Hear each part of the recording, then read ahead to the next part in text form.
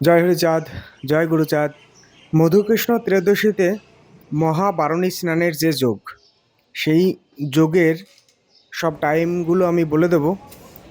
আর কি করে ঠাকুরনগরে সেই মহাবারণীতে সবাই পৌঁছাবে তার একটা মোটামুটি লোকেশনও আমি দেখিয়ে দিচ্ছি। আশা করি সবাই ভিডিওটি শেয়ার করে দেবেন, যাতে অন্যরাও সবাই জানতে পারে মহাবারণীর যোগ কখন কোন টাইমে কি আছে। তো দমদম স্টেশন থেকে যে কোনো গাড়ি ধরে সোজা চলে আসতে হবে ঠাকুরনগরে।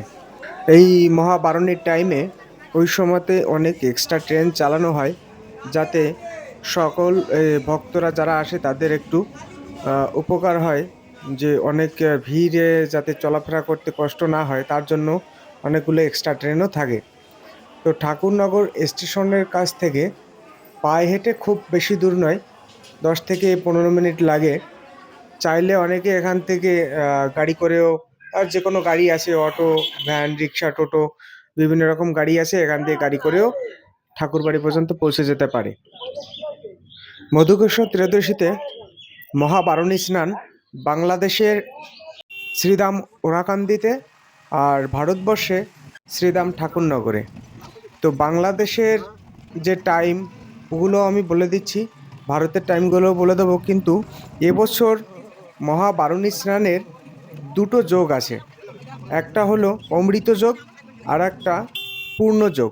6 এপ্রিল শনিবার মধুকৃষ্ণ ত্রয়োদশী, ভারতবর্ষের টাইম 7টা 22 AM থেকে শেষ রাত্রি 4টে 57 AM পর্যন্ত। বাংলাদেশের টাইম মধুকৃষ্ণ ত্রয়োদশী 7টা 52 AM থেকে শুরু করে শেষ রাত্রি 5টা 28 AM পর্যন্ত। অমৃতযোগ ভারত সকাল 9টা 35 AM থেকে শুরু করে দুপুর 12টা 53 PM পর্যন্ত। অমৃতযোগ বাংলাদেশ সকাল 10টা 5 AM থেকে শুরু করে দুপুর 1টা 23 PM পর্যন্ত। পূর্ণযোগ ভারত সকাল 7টা 22 AM থেকে শুরু করে দুপুর 1টা 19 পর্যন্ত। পূর্ণযোগ বাংলাদেশ সকাল 7টা 52 AM থেকে শুরু করে দুপুর 1টা 49 PM পর্যন্ত।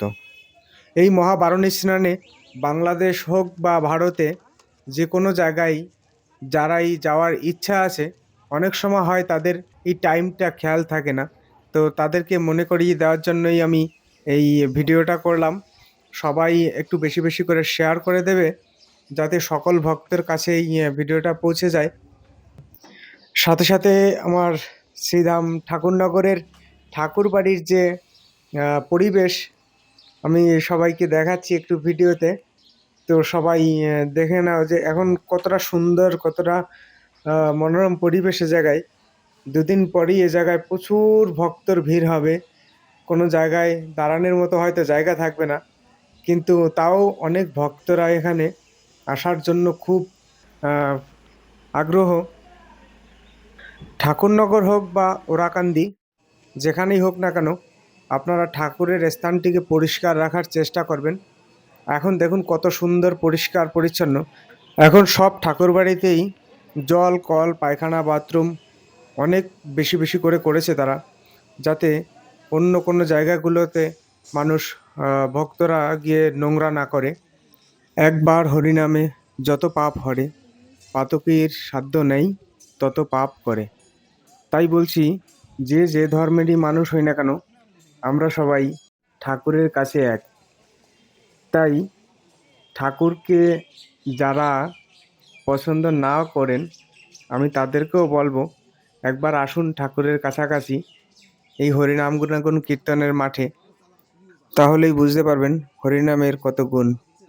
হিংসা বিদ্বেষ ভুলে একবার আসুন সবাই ঠাকুরের কাছে। ঠাকুরের কাছে একবার আসুন, সবাই প্রার্থনা করুন, ঠাকুর সবাইকে ভালো রাখবে।